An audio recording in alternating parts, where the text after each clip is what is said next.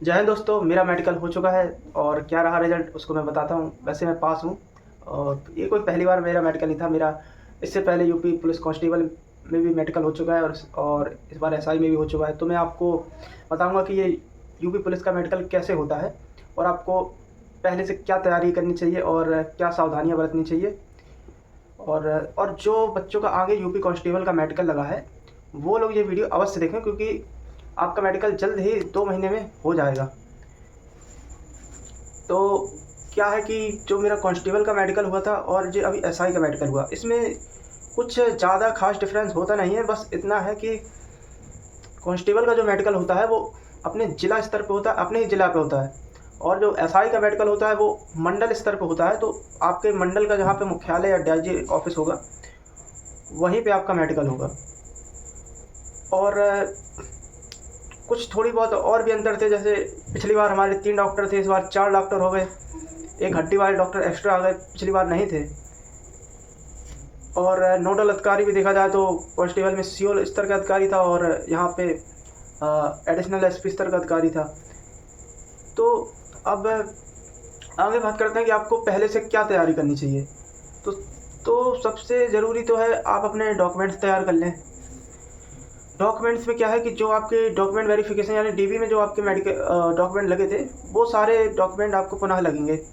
उसकी एक प्रति आपको फ़ोटोकॉपी करके स्व हस्ताक्षर करके ले जाना है, स्व प्रमाणित और नीचे सिग्नेचर। और जो आपका एडमिट कार्ड आता है, चाहे कांस्टेबल का हो चाहे एसआई का, वो आपके थाने से आता है, आपके घर में देने आता है। क्योंकि जब फाइनल रिजल्ट आ जाता है उसके बाद उसकी प्रक्रिया लगभग भर्ती बोर्ड की ख़त्म हो जाती है, कंपनी का काम पूरा खत्म हो चुका होता है। फिर वहाँ से विभाग की प्रक्रिया चालू होती है, तो ये पुलिस विभाग का काम हो जाता है। तो उन्हीं की जिम्मेदारी बढ़ जाती है आपके एडमिट कार्ड बांटना। वैसे नियम तो यह है कि आपके घर में आएगा, लेकिन कुछ आलसी होते हैं तो आपको कॉल करके वहीं थाने बुला लेते हैं। तो थाने से प्राप्त कर सकते हैं। एक प्रति जो है आपकी वो रख लेंगे, आपके हस्ताक्षर करा के, और दूसरी आपको दे देंगे, वही आपका एडमिट कार्ड होगा। हाँ, डॉक्यूमेंट जो आपके डीबी में लगे थे वो सारे ले ही जाने, ओरिजिनल और एक सेट फोटोकॉपी। और मोहल्ले के दो संभ्रांत व्यक्ति के हस्ताक्षर लगते हैं, और ऐसे लोगों को हस्ताक्षर करवाएं जो कि आपके हितैषी हों। ऐसा क्योंकि वो जो है ना, जिनके आप नाम देंगे, पुलिस वाले उनसे पता करते हैं कॉल करके या फिर उनके घर जाके कि इस व्यक्ति का चरित्र कैसा है, क्या ये कभी किसी पुलिस कार्यवाही में शामिल तो नहीं हुआ है, मतलब कि कोई दंगा में या फिर कोई केस हो गया हो मारपीट का। अगर 3 साल से ऊपर का केस है तो आपकी नौकरी के लिए खतरा हो सकता है। तो यही पुलिस वेरिफिकेशन होता है, उसी के लिए आपका चरित्र सत्यापन होता है। एक तो आपके मोहल्ले के 2 व्यक्ति भी ऐसे होने चाहिए जो कि आपके रिश्तेदार और परिवार के ना हो। अन्य कास्ट में करवा लें तो ज़्यादा बेहतर है। और फिर उसके बाद अगर गांव से हैं तो एक ग्राम प्रधान का, और शहर से हैं तो अपने सभासद का बनवा लीजिए। और हाँ, और पार्षद भी होते हैं, जैसे कानपुर जैसे शहरों में, बड़े शहरों में जहाँ पे नगर निगम होता है वहाँ पे पार्षद होते हैं, नगर पालिका में सभासद होते हैं। तो उन लोगों का एक बनवा लीजिए नोटपैड में सिग्नेचर। और हाँ, कांस्टेबल है तो आपके इंटर कॉलेज से एक चरित्र प्रमाण पत्र, और एसआई का है तो आपके ग्रेजुएशन वाले कॉलेज से चरित्र प्रमाण पत्र लगेगा। और पिछली बार तो ये नहीं मांगे जा रहे थे, लेकिन इस बार एक चीज़ ऐड कर दी एसआई में कि 2 गजेटेड ऑफिसर के सिग्नेचर भी चाहिए थे। उसका अलग से प्रारूप आता है। इन सब के प्रारूप आपको मिल जाएंगे कहीं भी इंटरनेट पे, नहीं मिले तो आप मुझसे बता देना, मैं आपको दे दूंगा। इतने चीज़ और आपको एक्स्ट्रा ले जानी है। ठीक है, आपके डॉक्यूमेंट हो गए। फिर उसके बाद आपको कुछ और तैयारी करनी होती है, जैसे कि हाँ, कान में वैक्स ज़रूर करवा लीजिएगा, कान साफ करवा के ज़रूर जाएँ। क्या होता है, कभी कभी डॉक्टर आपको भगा दे, मतलब कि कह देता है जाओ बाहर से साफ करवा के आओ, या फिर कोई अगली डेट दे देता है। तो इस सब से बचने के लिए आप अपनी तैयारी पूरी रखें, पहले से जाए बढ़िया बाल अच्छे से कटवा के, मतलब अच्छा इंप्रेशन आया अधिकारियों के सामने भी कि पुलिस में जैसे जा रहे हैं उसी डिसिप्लिन से जाएं, अपनी साफ स्वच्छता बना के। आते हैं कि डॉक्टर्स का सबसे ज़रूरी, तो इनके जो मेडिकल होते हैं पुलिस का वो बहुत नॉर्मल होता है। देखिए, आपको कोई टेंशन लेने वाली बात है नहीं उस पर कोई, क्योंकि आप रेलवे में भी देखेंगे और कोई आर्मी, एसएससी, जीडी और कुछ में तो देखिए बहुत हार्ड मेडिकल होता है। और उन सबको छोड़ो, वो तो फोर्स लाइन है। अगर आप रेलवे भी देख लेंगे तो उसमें भी इतना मेडिकल होता है कि आपका ब्लड टेस्ट होता है, यूरिन टेस्ट होता है, और blood pressure, x-ray, UP police में कुछ नहीं होता, सिर्फ ऊपर ऊपर से आपका देखा जाता है कि क्या क्या आपका पर्दा तो नहीं फटा है, आपको सही से सुनाई देता है, आंखों में कलर विजन तो नहीं है, और जो आंखें हल्का फुल्का चश्मा भी चल जाता है। देखिए 9/12 तक की आंखें चल जाती, दोनों आंखों का एवरेज मिला के आ जाए तो वो भी चल जाता है। एसएससी जीडी में फेल होने के बाद भी लड़का यहाँ पे उसकी आंखें फिट पाई गई, तो नॉर्मल होता है ज़्यादा। और अपने हाथ इस प्रकार से देखे जाते हैं, और नौकनी, फ्लैट फुट, वेरिकोसील और हाइड्रोसील, बस इतना ही देखा जाता है। एक लड़का जैसे ही अंदर जाता है मात्र 10-15 मिनट में उसका पूरा मेडिकल समाप्त हो जाता है। तो देखिए पिछली बार जब कांस्टेबल में हम गए थे तो उसमें मात्र 3 डॉक्टर थे, इस बार 1 डॉक्टर और एक्स्ट्रा कर लिया गया, हड्डी वाला डॉक्टर एक्स्ट्रा बैठा था। पिछली बार तो बहुत नॉर्मल था, लगभग 10 मिनट भी नहीं लगे थे। तो चलिए मैं आपको एक्सपीरियंस बताता हूँ क्या हुआ हमारे साथ। जैसे हम अंदर सेंटर में गए, सबको कुर्सियाँ डली थी, सबको रैंक वाइज क्रम से बैठाया गया। उसके बाद कुछ डॉक्यूमेंट दिए जाते हैं, आपसे भरवाए जाते हैं, जो कि आपकी नौकरी में लगेंगे भी। उपस्थिति और चरित्र और परिशिष्ट 92 होता है, वो आपके पुलिस वेरिफिकेशन के लिए जाते हैं, वो सब आपको बताते हैं कहाँ पे क्या बनना है।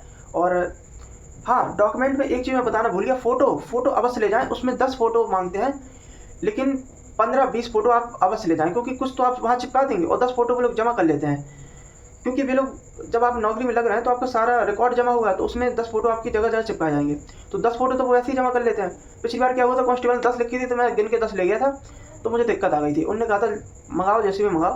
तो पुलिस लाइन से, वो तो अपने ज़िला में होता है, पुलिस लाइन से मेरा घर मात्र लगभग 2-3 किलोमीटर दूर है। मैंने कॉल लगा दी थी, मेरे घर से आ गया था।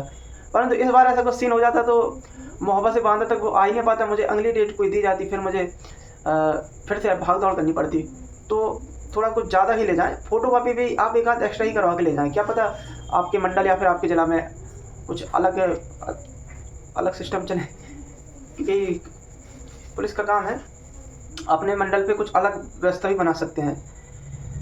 हाँ, तो फिर वो डॉक्यूमेंट सब भर जाते हैं, वो जमा हो जाते हैं। फिर उसके बाद क्या है कि जैसे कि आपको पता है टीवी में जो सारे मिलाए जाते हैं आपके डॉक्यूमेंट, तो फिर वो प्रक्रिया आपकी होगी, सारे डॉक्यूमेंट मिलाए जाएंगे। फिर उसके बाद जो है नोडल अधिकारी के पास वो साइन होने जाते हैं, वो साइन हो जाती है। फिर उसके बाद आप जाते हैं डॉक्टर्स के पास। तो इस बार देखिए क्या हुआ कि सबसे पहले हम गए, हाइड्रोसील चेक हुआ। सबसे पहले एक पर्दा लगा होता है, वहीं पे आपको पर्दे के पीछे ले जाते हैं डॉक्टर, और वहीं पे आपको पूरा नग्न करके सब चेक करते हैं, आगे पीछे सब देख के। और फिर ज़्यादा टाइम नहीं लगता है, 1 मिनट का काम है। ठीक है, ये हो गया। फिर उसके बाद नेक्स्ट डॉक्टर जो हम गए वो थे आँख वाले डॉक्टर। हाँ, ज़रूरी नहीं है सब क्रम में हो, चाहे जैसे ही बैठ जाए। हमारा सेकंड डॉक्टर आँख वाला था। तो आँख वाले डॉक्टर 2 चीज़ें चेक करते हैं, एक तो आपकी पढ़ने की क्षमता, छोटा वर्ड, और दूसरी चीज़ आपका कलर विजन। तो क्या होता है कि पढ़ने की क्षमता में क्या है कि जब पिछली बार हम गए थे जब तो टीवी स्क्रीन लगी थी, और इस बार जो है वो चार्ट लगे हुए थे। अब जिस जिले में भी आपका फंसा है मेडिकल, सबका अलग अलग होता है, जिसके बाद जो हो उसी से पढ़वा लिया जाता है। तो टीवी स्क्रीन हो तो उसमें एक फ़ायदा होता है कि टीवी में जो ब्राइटनेस होती है तो वो उसकी ज़्यादा विजुअलिटी होती है, और चार्ट में थोड़ी कम होती है। लेकिन आपकी आंखें स्वस्थ है तो सब कुछ पढ़ लेंगे। तो पहले उनने वही चीज़ पढ़वाई। क्या होता है कि बड़ा अक्षर पढ़वाते हैं पहले, फिर छोटा, फिर छोटा, फिर छोटा, इस प्रकार से क्रम से चलते जाते हैं। सबसे छोटा अगर आप पढ़ लेते हैं तो यानी कि आपकी आँख 6/6 है, यानी कि सबसे स्वस्थ आँख है आपकी। 6/9 और 6/12 भी चल जाता है। पिछली बार मैंने बताया कि एसएससी जीडी में आँख की वजह से फेल हुआ बच्चा कांस्टेबल में पास हो गया था, यानी कि इतना भी ज़्यादा हार्ड नहीं होता इसका। आपको हल्का फुल्का चश्मा है तो वो भी चल जाएगा। हाँ, फिर ये हो जाता है। फिर उसके बाद दूसरी जो इम्पोर्टेंट चीज़ चेक होती है वो होता है कलर विजन। ये थोड़ी गंभीर रोग माना जाता है। एक कॉपी होती है उनके पास, गोले में डॉट डॉट डॉट डॉट अलग कलर से संख्याएं लिखी होती हैं, तो वो संख्याएं आपसे पढ़वाई जाती हैं। जैसे जिसके आगे नॉर्मल है उसको तो लगेगा कि ये पढ़वा भी क्यों रहे हैं, तो सब कोई पढ़ के होता है, लेकिन जिसको कलर विजन होता है वो नहीं पढ़ पाता और वो उसी से पकड़ा जाता है। ये थोड़ी गंभीर समस्या भी मानी जाती है, क्योंकि इसका इलाज नहीं होता है, होता है तो मुझे पता नहीं। ठीक है, तो मेरे तो कोई दिक्कत नहीं थी, तो मैं यहाँ पे पास हो गया। मेरी स्वस्थ आंखें थी 6/6 और कलर विजन भी नहीं था। फिर अगले जो नेक्स्ट डॉक्टर गए वो थे हड्डी वाले डॉक्टर। पिछली बार कांस्टेबल में क्या हुआ था कि हड्डी वाले डॉक्टर नहीं थे, सिर्फ 3 डॉक्टर थे। जो सर्जन थे उन्हीं ने हर चीज़ चेक कर ली थी, हाइड्रोसील और आपकी नौकनी वगैरह एक ही डॉक्टर ने चेक कर ली थी। लेकिन इस बार क्या हुआ कि हड्डी वाले डॉक्टर अलग बैठे थे, उन्होंने हमारा फ्लैट फुट और फिर नॉकनी चेक किया और इन्होंने कुछ एक्स्ट्रा चीज़ें चेक करी। पिछली बार ये हमारी नहीं हुई थी। जैसे हाँ, हाथ तो चेक होता ही है, फिर उसके बाद कुछ ऐसे हाथ करके दिखाया, पूरा देखा उन्होंने। फिर उन्होंने कहा इस प्रकार से दोनों हाथ को आपको टच करना है, फिर उसके बाद टच किए हुए आपको बैठ के दिखाना है। तो बैठ के दिखाया, फिर उसके बाद पैर आगे फैलाना, पैरों को पंजे इस प्रकार से मिला ला के सब देखे, और लेटा के भी एक बार नॉक नहीं चेक किए। उंगली से चेक करते हैं कि 2 उंगली का गैप है, 2 ज़्यादा होता है तो आपका बो लेग हो जाता है। तो हाँ, और इस प्रकार से पैर टच करके देखने थे। कई चीज़ें एक्स्ट्रा करवाई, उतनी भी हार्ड चीज़ें नहीं। अगर आपकी हड्डियाँ ठीक है तो यानी कि जी ये रीढ़ की हड्डी अगर आपकी सही है तो आप ये सब कर लेंगे, ठीक है। फिर इसके बाद जो लास्ट डॉक्टर थे वे थे कान वाले डॉक्टर। उनके पास क्या होता है, एक यंत्र होता है या फिर ऐसी टॉर्च लगा के नॉर्मल देख लेते हैं। सबसे पहले ज़रूरी है कि वे आपका कान का पर्दा देखते हैं कि कहीं इसमें कोई भी छेद तो नहीं है, और कान का पर्दा में छेद हो तो आपको फेल कर दिया जाता है वहाँ पे। तो हो तो आप थोड़ा पहले से ही कुछ तैयारी बना के जाएँ उसका, क्योंकि ये भी एक गंभीर समस्या मानी जाती है। और फिर बस हाँ, फिर उसके बाद एक यंत्र होता है उनके पास, ऐसा यू आकार का एक यंत्र होता है। उसके क्या है, बटन दबाने से वो बहुत स्लो वाइब्रेशन की आवाज़ करता है। वे पूछते हैं कि भाई सुनाई दे रहा है? तो जब आपको सुनाई दे, जब भी आपको बोलना है कि सुनाई दे रहा है। कभी कभी क्या होता है कि वो बटन नहीं दबाते, आवाज़ नहीं आती है और लड़का कन्फ्यूज हो जाता है और प्रेशर में कह देता है हाँ सुनाई दे रहा है। तो भाई जब सुनाई दे तभी आपको कहना है सुनाई दे रहा है। और क्योंकि कभी कभी फंसाने का भी प्रयास करते हैं डॉक्टर, बटन नहीं दबाते और आवाज़ बिना आवाज़ के अगर आपने बोल दिया सुनाई दे रहा है तो फिर वो वहाँ पे थोड़ा गंभीर हो जाता है और अच्छे से टेस्ट किया जाता है फिर।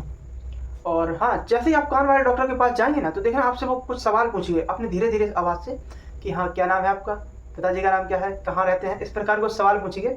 वो क्या है, इतने वो थोड़ा धीरे धीरे बोलेंगे, वो उसी से समझ जाते हैं इसको कितना सुनाई देता है कितना नहीं। तो उनके जब आप अच्छा गुड रिप्लाई करना है वो बाकी यंत्र से ज़्यादा नहीं, वो अपने बात से ही समझ जाते हैं। तो बस सारे डॉक्टर कंप्लीट सिर्फ इतना ही होता है। कुछ ज़्यादा प्रेशर तो नहीं लेता कोई, तो ज़्यादा निश्चिंत रहें, मतलब ज़्यादा घबराए नहीं। बस इतना ही मामूली सा मेडिकल होता है। लड़का जाता है और 10 से 15 मिनट पे बाहर आ जाता है, बस इतनी ही प्रक्रिया होती है। और फिर जो है आपका लास्ट में रिजल्ट अनाउंस कर दिया जाता है, या तो बाहर लिस्ट चिपका देंगे या फिर पर्टिकुलर सबका नाम बोल के बता देंगे आप फिट हैं आप अनफिट हैं। इस बार क्या हुआ, पिछली बार क्या हुआ कि लिस्ट चिपकाई गई थी बाहर, उस पर देखा था हम लोगों ने। इस बार नियम अलग था। इस बार जो वहाँ के नोडल अधिकारी थे एसपी साहब, उन्होंने सबका नाम बोल के अनाउंस किया था रिजल्ट बारी बारी से कि जैसे हर्ष आप फिट हैं, फिर अगला नाम राहुल आप अनफिट हैं, इस प्रकार से सबका। और बस इतने में ही आपका मेडिकल समाप्त हो जाएगा, आप फिट हो जाएंगे। और वैसे वो कोई अनफिट होता नहीं है, और डॉक्टर भी देखिए कोई ये नहीं चाहते कि हम किसी का फ्यूचर बर्बाद करें। लेकिन कुछ डॉक्टर मिल जाते हैं ऐसे कि वो सोचते हैं कि लड़का पैनिक होकर थोड़ा सा हमें दे दे कुछ। तो हाँ, और उस प्रकार के आदमियों से बिल्कुल सावधान रहना जो बाहर आपको सेंटर के बाहर मिल जाते हैं कि हम आपको पास करा देंगे, हमें कुछ पैसा दे दो, आप पास कराने की गारंटी लेते हैं। उनसे बिल्कुल सावधान रहना, क्योंकि ये इसमें फ्रॉडबाजी बहुत होती है। देखिए, क्योंकि ये ब्लैक काम है। आपने किसी को पैसे दे दिए, आप वापस उससे नहीं मांग सकते, कैसे मांगेंगे, क्योंकि ये सब सीक्रेटली काम है, आपको खुद से लड़के उनसे पैसे। तो ऐसे लोगों से सावधान रहें। और कुछ खास मेडिकल होता नहीं, डरे नहीं, रिलैक्स माइंड से जाएं, अपनी सारी तैयारी के साथ जाएं। जब आप इतनी मेहनत करके यहाँ तक पहुँच गए हैं, आपने दौड़ निकाली है, यही एक प्रूफ है कि आप फिट हैं। तो बस इतना ही है, ज़्यादा प्रेशर मत लीजिएगा। और चलिए, तो नमस्ते।